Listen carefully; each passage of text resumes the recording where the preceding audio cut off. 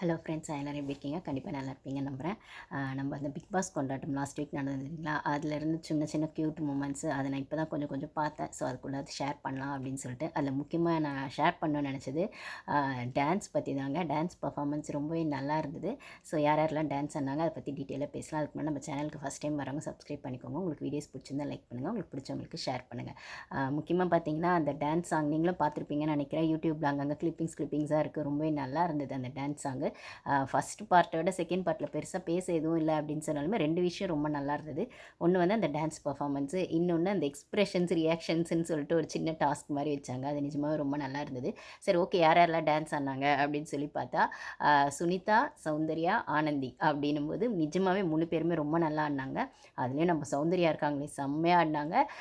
இப்போ அவங்க dance performance இதே தான் அவங்க பிக் பாஸ் வீட்லேயும் பண்ணியிருப்பாங்க. பட் ஆனால் அந்த வேக்கப் சாங்லாம் நல்ல க்யூட்டாக இருக்கும். அவங்க அந்த ஒரு டான்ஸ் சாங்ஸு, அந்த டான்ஸிங் நல்லாயிருக்கும் அந்த வேக்கப் சாங்ஸில் அப்படின்னு சொன்னால், இங்கே ஒரு ஃபுல் பாட்டுக்கும் அவங்க நல்லா அந்த பெர்ஃபார்ம் பண்ணது வந்து அவங்களுக்கான சினிமா சான்ஸ் ரொம்பவே சீட்டும் கிடைக்கும் அப்படிங்கிற இடத்துல தான் இருந்தது. அவ்வளோ நல்லா இருந்தது அவங்க டான்ஸ் பர்ஃபார்மன்ஸு. 3 பேருமே வந்து எல்லோ கலர் சாரீ கட்டியிருந்தாங்க. சுனிதா ஒரு சாங்குக்கு ஆடினாங்க. சௌந்தர்யா எந்த சாங்க்கு ஆடினாங்க பார்த்தீங்கன்னா, தகிட தகிட சாங்குக்கு நிஜமாவே செம்மையாக இருந்ததுங்க. வேறு லெவலில் இருந்தது. சரி, இவங்க 2 பேரும் ஓகே, ஒரு லுக் டான்ஸ் பண்ணுவாங்கன்னு தெரியும். ஆனந்தி எப்படி ஆடினாங்க அப்படின்னு சொல்லி பார்க்கும்போது நிஜமாவே அவங்களும் ரொம்ப நல்லா இருந்ததுங்க. க்யூட்டாக இருந்தது. நல்லாவே பண்ணியிருந்தாங்க. அப்படி இருக்கிற பட்சத்தில் 3 பேரும் தனித்தனியாக ஒரு ஒரு சாங் அவங்க வந்து பார்த்திங்கன்னா, ஆனந்தி பார்த்திங்கன்னா, அந்த வெளாங்கு மீனுக்கும் அந்த வாழை மீனுக்கும் வேளாங்கு மீனுக்கும் கல்யாணம் அந்த பாட்டு வரும் இல்லைங்களா? ஸோ அதுக்கு ஆடினாங்க. இவங்க தகிட தகிட சாங்குக்கு ஆடினாங்க சௌந்தர்யா. அப்புறம் 3 பேருமே சேர்ந்து வந்து அந்த மட்ட சாங்கு அப்படின்ற மாதிரி ஒரு சாங், அது எதில் வருதுன்னு எனக்கு தெரில.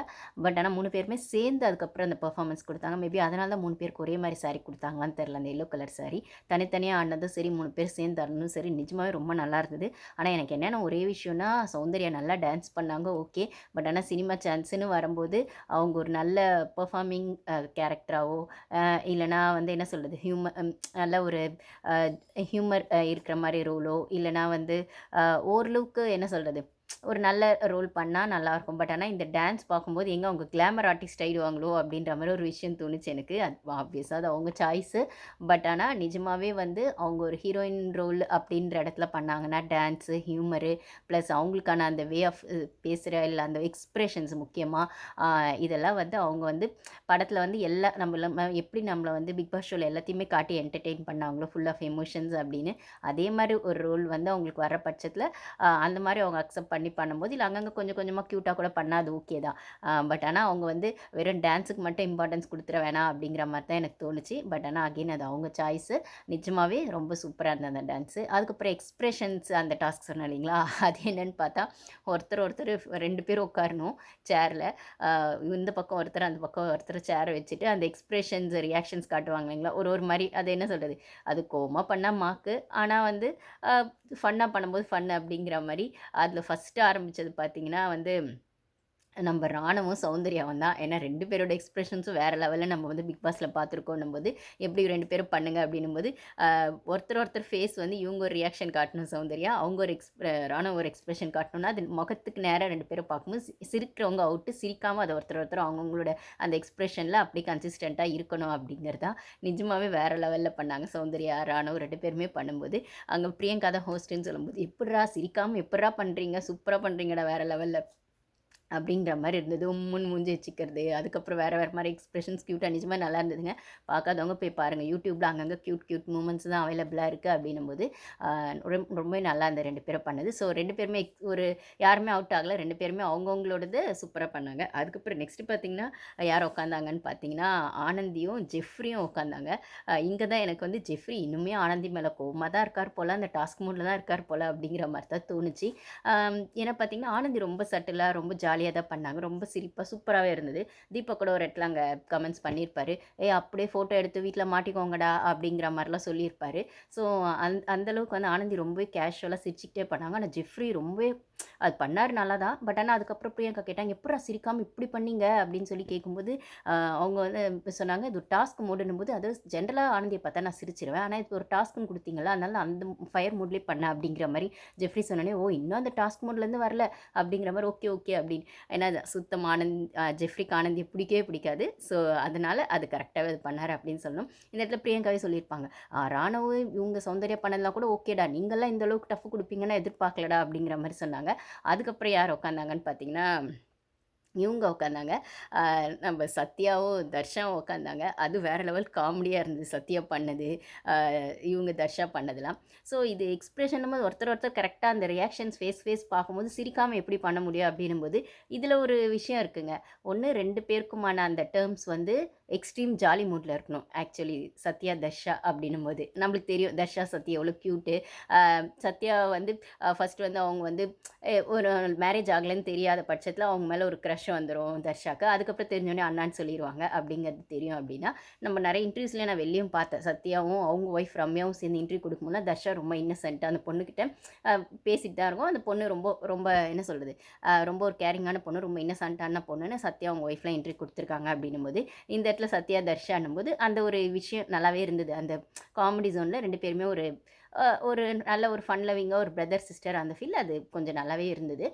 ஸோ அது நல்லா இருந்தது. அதுக்கப்புறம் பார்த்திங்கன்னா ராணவ் சௌந்தர்யான்னு வரும்போது அது ஃப்ரெண்ட்ஷிப் ஜோனுக்குள்ளே அதுவுமே நல்லா இருந்தது. அதுக்கப்புறம் வந்து ஜெஃப்ரி ஆனந்தின்னு வரும்போது ஆனந்தி ஃப்ரெண்ட்ஷிப்பாக தான் பார்த்தாங்க. ஆனால் ஜெஃப்ரிக்கு ஆனந்தி மேலே எப்பயுமே ஒரு விஷயம் என்னென்னா, ஆனந்தியை நிறைய இடத்துல நாமினேட் பண்ணது ஜெஃப்ரி தான் அப்படின்னு சொல்கிற பட்சத்தில் ஆனந்தி மேலே அந்த டாஸ்கில் அந்த வீட்டில் இருந்தக்கும் அப்படியே ஜெஃப்ரிக்கு இன்னமும் இருக்கிற மாதிரி தான் அந்த விஷயம் இருந்தது. ஸோ அதுதான் ஒன்று, இந்த இடத்துல 2 பேரும் ஃப்ரெண்ட்ஷிப் மோடுக்கு போயிடணும், இல்லைனா இன்னசென்ட்டாக 2 பேருமே ஒரு ஜாலி மோடுக்கு போயிடணும். அதாவது அந்த ஒரு கோவம் உள்ளுக்கே இருந்தது. எக்ஸ்ட்ரீம் 2 பேருக்குமே ஆகாதவங்களா இருக்கணும், இல்லைனா எக்ஸ்ட்ரீம் 2 பேருக்குமே பிடிச்சவங்களா இருக்கணும். அப்படி இருக்கிற பட்சத்தில் தான் இதை வந்து முகத்துக்கு நேராக அப்படி ரியாக்ஷன் காட்டும்போது சிரிக்காமல் இருக்க முடியும். சிரிக்கணும் அப்படின்னா ஒன்று அவங்களுக்குள்ளே வந்து அந்த ஃப்ரெண்ட்ஷிப் பாண்டிங் இருந்தால் சிரிப்பு வந்துடும். இல்லை கோவமாக இருந்தாங்கன்னா அந்த டாஸ்க் மோட்லேயே அப்படியே பண்ணுவாங்க. அந்த 2ம் இல்லாமல் எக்ஸ்ட்ரீம் மோடு கோவமாகவும் இல்லாமல், இல்லை ரொம்ப ஃப்ரெண்ட்ஷிப்பாகவும் இல்லாமல், அந்த நியூட்ரலாக இருக்கிற இடத்துல அதை வந்து கன்சிஸ்டண்ட்டாக பண்ண முடியாது அப்படிங்கிறது தான் விஷயம். அப்படின்னா ஃப்ரெண்ட்ஷிப் மோடில் பண்ண இவங்க ரொம்ப நேரம் பண்ணாங்க. அதுக்கப்புறம் வந்து கோவமாக வந்து ஜெஃப்ரி ஆனந்தின்னும் போது அது அந்த இடத்துல அவங்களும் ரொம்ப நேரம் டஃப் கொடுத்தாங்க. அதுக்கப்புறம் ரொம்ப ஜாலி மோடில் பண்ண சத்யா, தர்ஷாவும் ரொம்ப நேரம் டஃப் கொடுத்தாங்க. அதுக்கப்புறம் வந்து அருண் ஆர்னவ்னு வரும்போது அருண் வந்து சிரிச்சிட்டாரு. ஆர்னவ் வந்து அந்த எக்ஸ்பிரஷன் அப்படியே மெயின்டைன் பண்ணார். ஸோ வந்து அந்த இடத்துல ஆர்னவ் தான் வின் பண்ணார் அப்படின்னும்போது ரொம்ப சந்தோஷம் ஆர்னவுக்கு. பிரியங்கா தான் சொல்லுவாங்க, இந்த டாஸ்கில் வின் பண்ணது ஆர்னவுக்கு ரொம்ப சந்தோஷம் போலையே அப்படின்னு. ஏன்னா இதையாச்சும் பிக் பாஸ் விஷயம்னு வரும்போது ஆர்னவ் எங்கேயாச்சும் எதையும் ஸ்கோர் பண்ணிட்டோமே அவர் ரொம்பவே கொஞ்சம் குஷி தான் ஆனார். ஏன்னா ஆர்னவுக்கு என்ன மாதிரி உள்ளே போகுது நம்ம தெரியும்னா அது அப்படியே கண்டினியூ ஆகுது போல் இருக்குது. ஸோ அருண் சிரிச்சிட்டார் ஆப்வியஸாக. ஆர்னவ் அது கண்டினியூ பண்ணார். அதுக்கப்புறம் இன்னொரு இன்ட்ரெஸ்டிங்கான பேர் யார் பார்த்தா முத்து வந்து சொன்னார், ஜாக்லின் உட்காருவீங்க ஜாக்லினும் அன்ஷிதாவும் பண்ணாங்க. இந்த இடத்துல இவங்க ஜாக்லின் சிரிக்கல, பட் ஆனால் அன்ஷிதா சிரிச்சிட்டாங்கன்னு. ஸோ அதுதான் இப்போது ஜாக்லினுக்கு அன்ஷிதாவுக்கு ஃப்ரெண்ட்ஷிப் எப்படி இருக்குன்னா, இவங்களுக்குள்ள சண்டையும் இல்லை சமாதானமும் இல்லை அப்படிங்கிற மாதிரி தான் இருந்தது. ஸோ நிஜமாக வந்து எக்ஸ்பிரஷன்ஸ்லாம் நல்லா இருந்தது. ரியாக்ஷன்ஸ் பார்க்கலன்னா போய் பாருங்கள். அந்த ஒரு 15 மினிட்ஸ் வந்து நிஜமாகவே ஃபன் மோடில் நல்லா இருந்ததுன்னு சொல்லணும். அதுக்கப்புறம் ரஞ்சித்தோட ரொமான்ஸ் சைடு வந்துச்சு. ரஞ்சித் சார் அவர் வீட்டில் ஸ்கோர் பண்ணதை விடவும் வெளியில் நல்லாவே ஸ்கோர் பண்ணியிருக்காரு அப்படின்னு தான் சொல்லணும். அவர் நிறைய அந்த இதுக்கெல்லாம் கூட போயிருக்கார் போல், பப்ளிக் ஸ்பீக்கிங் கூட இங்கே 2-3 இடத்துல வந்து நான் அந்த எல்லாம் பார்த்தேன் கிளிப்பிங்ஸ் சோஷியல் மீடியாவில். பிக் பாஸ் போனீங்களே எப்படி இருந்தது உங்கள் ஃபீல் அப்படிங்கிற மாதிரிலாம் பேசின இடத்துலலாம் பேசியிருக்காரு. ரொம்ப சட்டிலாக எல்லா இடத்துலையுமே நான் ரொம்ப காமான பர்சன் தான், ரொம்ப வந்து கோவப்பட மாட்டேன் அப்படிங்கிற மாதிரி எல்லா இடத்துலையும் ரெஜிஸ்டர் பண்ணிட்டு இருக்காரு. ஆனால் அது அவர் அப்படி இல்லைன்னு ஒரு கூட்டம் சொல்லிகிட்டு இருக்கு. நம்மளுக்கு தெரியல. ஆனால் வந்து அந்த படம் எடுத்தது உங்களுக்கு தெரியும், அவர் எடுத்த படம் அந்த மாதிரி ஆனது. அதாவது ரொம்ப வந்து அந்த இதுவை சொன்னது, அந்த கம்யூனிட்டி பேஸ், அந்த மேரேஜ் பற்றி சொன்னது. ஸோ அதெல்லாம் ரொம்ப வைலன்ஸான அந்த ஒரு விஷயம் பண்ணிவிட்டு இவருக்கு இப்படி ஒரு ஃபேஸ் இருக்கான்ற மாதிரி நம்ம பிக் பாஸில் அவரோடது இன்னொரு ஃபேஸை பார்க்கலாம்னு நினச்சா அவர் கடைசி வரைக்கும் காட்டவே இல்லை. இப்பயுமே வந்து அவர் நான் என்னோடய ஃபேஸ் இதுதான் அப்படிங்கிற மாதிரி தான் சொல்லியிருக்காரு. மேபி அவர் எப்படி இருந்தால் நம்மளுக்கு என்ன ஷோ முடிஞ்சிச்சு. பட் ஆனால் இந்த இடத்துல நிஜமாகவே அவர் ஒய்ஃப்கான விஷயத்தில் இவங்க 2 பேருக்கான க்யூட் மூமெண்ட்ஸ் ரொம்பவே நல்லா இருந்தது அப்படின்னு சொல்லணும். அவங்க பிரியாராமன் நம்மளுக்கு தெரியும் அவங்க ஒய்ஃபு. ஸோ எப்படி எவிக்ஷன் டைமில் அவங்க ஒய்ஃப் வந்து ஹஸ்பண்ட் ஒய்ஃபு ஸ்கோர் பண்ணாங்களோ அதே மாதிரி தான் இந்த பிக் பாஸ் கொண்டாட்டத்துலேயும் பிரியாராமன் வந்து ஸ்கோர் பண்ணாங்க அப்படின்னு தான் சொல்லணும் ஹஸ்பண்ட் அண்ட் ஒய்ஃபு. ரோசா பூ சின்ன ரோசா அந்த பாட்டு வரும் இல்லைங்களா, அந்த பாட்டு போட்டு 2 பேருக்குமான க்யூட் மூமெண்ட்ஸ் நிஜமாவே ஒரு லவ் சீன் பார்த்த மாரி தான் இருந்தது. லவ் சீன்னு சொல்ல முடியாது. ரியல் லவ் வந்து அப்படியே பார்த்த மாரி இருந்தது ஒரு ஹஸ்பண்ட் அண்ட் ஒய்ஃப்க்கான அந்த விஷயத்த. ஸோ வந்து திருப்பி இங்கேயுமே வந்து அவங்க ஒரு கிஸ் குடுத்துட்டாங்க ரஞ்சித் சாருக்கு. அத வச்சு ஹோஸ்ட் ஒரு கலாய்ச்சாச்சு. அதாவது பிரியங்கா நமக்கு தெரியும் அவங்க சின்ன சான்ஸ் கிடைச்சாலும் சந்து கேப்ல விளையாடுவாங்கன்னு. அந்த மாரி அதில ஒரு கலாய்ச்சி அப்புறம் அந்த ஒரு பாட்டையும் போட்டு அதுக்கப்புறம் அந்த இடத்துல அவர் சொல்றாரு, ரஞ்சித் சார் வந்து சொல்றாரு, ஏன்னா அவர் வந்து எதிர்பார்க்கல. எப்படி அன்னைக்கு எவிக்ஷன் அப்போ அவங்க ஒய்ஃப் வருவாங்கன்னு எதிர்பார்க்கலையோ, இப்பயுமே அந்த கொண்டாட்டத்தில அவங்க எதிர்பார்க்கல அப்படின்னும்போது, அன்னைக்கு அவ்வளோ செம்மையா பண்ணீங்களே சார், இப்போ அந்த மாரி ஒரு மூமெண்ட் கிரியேட் பண்ணா எப்படி சார் இருக்கும்? எப்படி சார் ஃபீல் பண்ணுவீங்க? அப்படின்னு பிரியங்கா கேட்கும்போது, அதுக்கு என் ஒய்ஃப் வரணும்ல, அவங்க இங்க இருக்கணும்ல அப்படின்றாங்க. பார்த்தா அவங்க சர்ப்ரைஸா வராங்க.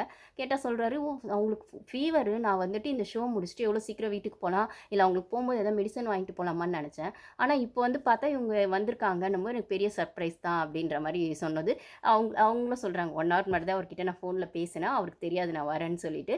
ஸோ நான் டக்குன்னு இப்படி கிளம்பி வந்துட்டேன் அப்படின்னும்போது, ஸோ அந்த 2 பேருக்குமான அந்த கியூட் மூமெண்ட்ஸ் வந்து சூப்பரா இருந்தது. அங்கருந்து முத்துலாம் செம்ம கலாய்ச்சாரு. ஆ ஸோ அவங்க கிஸ் பண்ணோடனே கூட வந்துட்டு முத்து வந்து சொல்றாரு, "அண்ணா நீங்க அவங்களுக்கு ஜுரம் மருந்து வாங்கணும்னு சொன்னீங்க. ஆனா அண்ணி உங்களுக்கு ஒரு மருந்து குடுத்தாங்க பாருங்களேன். அங்க இங்கேருந்து பூரா பையனும் வந்து காய்ச்சல் வந்துருச்சு." அப்படிங்கிற மாரிலாம் செம்ம கலாய்ச்சாரு.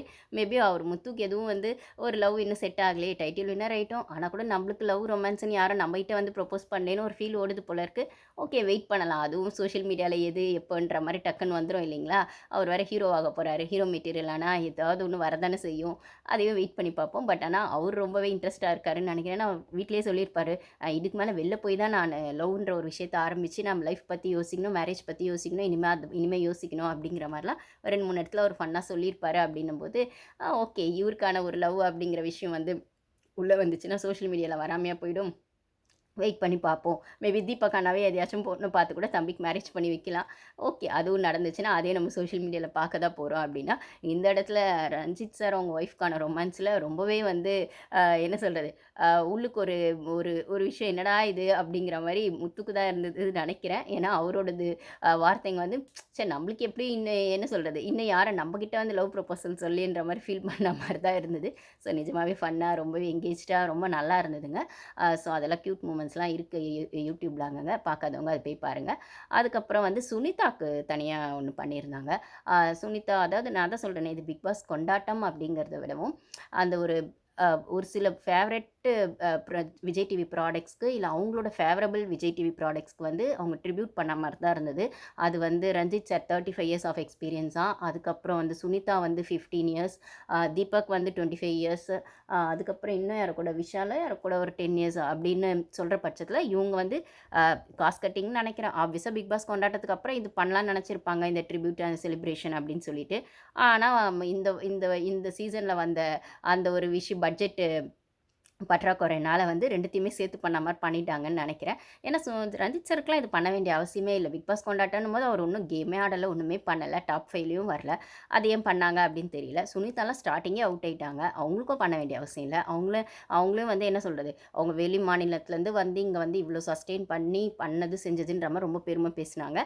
ஸோ இந்த இடத்துல ராஜு வந்து ரோஸ்ட் பண்ண இடத்துலயுமே வந்து சுனிதாவ போன வாரம் அதாவது ஃபர்ஸ்ட்டு இந்த பிக் பாஸ் கொண்டாட்டம் 1ல பார்த்தீங்கன்னா சொல்லியிருப்பாரு.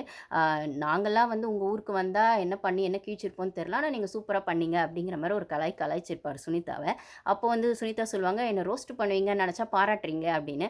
அது வந்து பாராட்டுனது இல்ல. நான் ரோஸ்ட் தான் பண்ணேன்ற மாரி சொல்லுவாரு. ராஜு சொன்னாலுமே, அதுக்கு பின்னாடி ஒரு என்ன சொல்றது, ஒரு இன்டென்ஷனா அவர் என்ன சொன்னார்னா, நம்ப ஸ்ருதிகா இருக்காங்க இல்லைங்களா? அவங்க வந்து போயிட்டு ஹிந்தி பிக் பாஸ்ல போயிட்டு ரொம்ப டஃப் குடுத்து செம்மையா ஆடிட்டு வந்தாங்க இல்லைங்களா? ஸோ அங்க வந்து நம்ம ஸ்ருதிகாவ அந்த அ அவங்க எப்படி வந்து என்ன சொல்றது? அந்த பிக் பாஸ் ஷோல ஹிந்தி பிக் பாஸ் ஷோல வந்து ரொம்பவே அவங்க வந்து ஒரு கஷ்டப்பட்டு இருக்காங்க. அதாவது தமிழ் பொண்ணுங்கிறதுனாலே நெறைய புல்லியோ, இல்ல நெறைய விஷயங்களோ அவங்களுக்கு இன்சல்ட் நடந்திருக்கு. அதெல்லாம் ஃபேஸ் பண்ணி அவங்க வந்து அங்க ஒரு ஸ்டாண்ட் எடுத்து சூப்பரா பண்ணிட்டு வந்தாங்க அப்படின்னு சொல்லும்போது, இங்க நம்ம சுனிதாக்கு எவ்வளோ சப்போர்ட் குடுத்தோம். ஸோ அதத்தான் அவர் மீன் பண்ணாருன்னு நெனைக்கிறேன். ஸோ எங்க பொண்ணு அந்த சைட்ல வரும்போது நீங்க வந்து அப்படி பண்ணீங்க. ஆனா உங்கள நாங்க இங்க எவ்வளோ தாங்குறோம், எவ்வளோ பண்றோம் அப்படிங்கிற மாரி அதுக்கே வந்து நீங்க ஓட்டு போடுறதுக்கு அந்த சௌந்தர்யா இஷ்யூ இஷ்யூலாம் வரும்போது, இந்த பிஆர் விஷயம்லாம் வரும்போது சொன்னாங்கல்ல, நான் வந்து வெளி மாநிலத்திலேருந்து வந்திருக்கேன். எனக்கு இங்க லாங்குவேஜும் தெரியாது. எனக்கு யார் ஓட்டு போடுவா? எங்க அம்மா, எங்க அக்கா தான். அவங்களுக்கு கூட லாங்குவேஜ் தெரியாது. எப்படி ஓட்டு போடுவாங்கன்னு ரொம்பவே அவங்க ஃபீல் பண்ண மாரி இருந்தது. பட் ஆனா ஒட்டுமொத்த தமிழ்நாடுமே நீங்க குக் வித் கோமாளிலயும் சரி, இப்போ விஜய் டிவி ப்ராடக்ட்லயும் சரி, நீங்க பண்ணும்போது உங்கள வந்து வேற வேற பொண்ணாவே பார்க்கவே இல்ல. வேற மாநிலத்து பொண்ணாவே உங்களுக்கு அவ்வளோ சப்போர்ட் குடுக்குறோம். ஆனா எங்க ஸ்டேட்லேருந்து ஒரு பொண்ணு வந்து ஹிந்தி பிக் பாஸ்க்கு வந்தா, நீங்க அப்படி வச்சு செய்றீங்களே! அப்படிங்கிற மாரி அ ஒரு விதமா ஒரு கலாயா இருந்தாலுமே, அதுக்குள்ள அ நீங்க எப்படி ட்ரீட் பண்றீங்க, நாங்க எப்படி ட்ரீட் பண்றோன்ற மாரி ஒரு ரோஸ்ட் சொன்ன மாரி தான் அங்க சுனிதா சொன்ன மாரி எனக்கு ஃபீல் ஆச்சு. அதனால தான் அது ரோஸ்ட்டுன்னு வந்தது. பட் ஆனா அது வஞ்ச புகழ்ச்சியா இருந்ததுனால பெருசா அவங்களுக்கு அது புரியவே இல்ல அப்படின்னு நெனைக்கிறேன். ஸோ ஆனா அதே மாரி அவங்கள தூக்கி வச்சு கொண்டாடணும் அப்படிங்கிற மாரி விஜய் டிவியும் வந்து அவங்க அவ்ளோ சூப்பரா வந்து விஜய் டிவில வந்து லாங்குவேஜ் தெரியலனாலும் அவ்ளோ சூப்பரா நெறைய ஷோஸ் பண்ணியிருக்காங்க. அவங்க நல்லா அவங்களுக்கான சஸ்டெயின் பண்றதுக்கு நெறைய எஃபோர்ட் போட்டிருக்காங்க அப்படின்னு சொன்னது ரொம்பவே நல்லா இருந்தது. ஓகே நம்மளுக்கான பாரம்பரியமே தமிழ்நாட்ல வந்தாரை வரவேற்போம் அப்படிங்கிறது தானே. அத வந்து நிஜமாவே விஜய் டிவி நல்லாவே சுனிதாக்கான ஒரு விஷயத்துக்கு பண்ணாங்க அப்படின்னு தான் சொல்லணும். Thank you guys.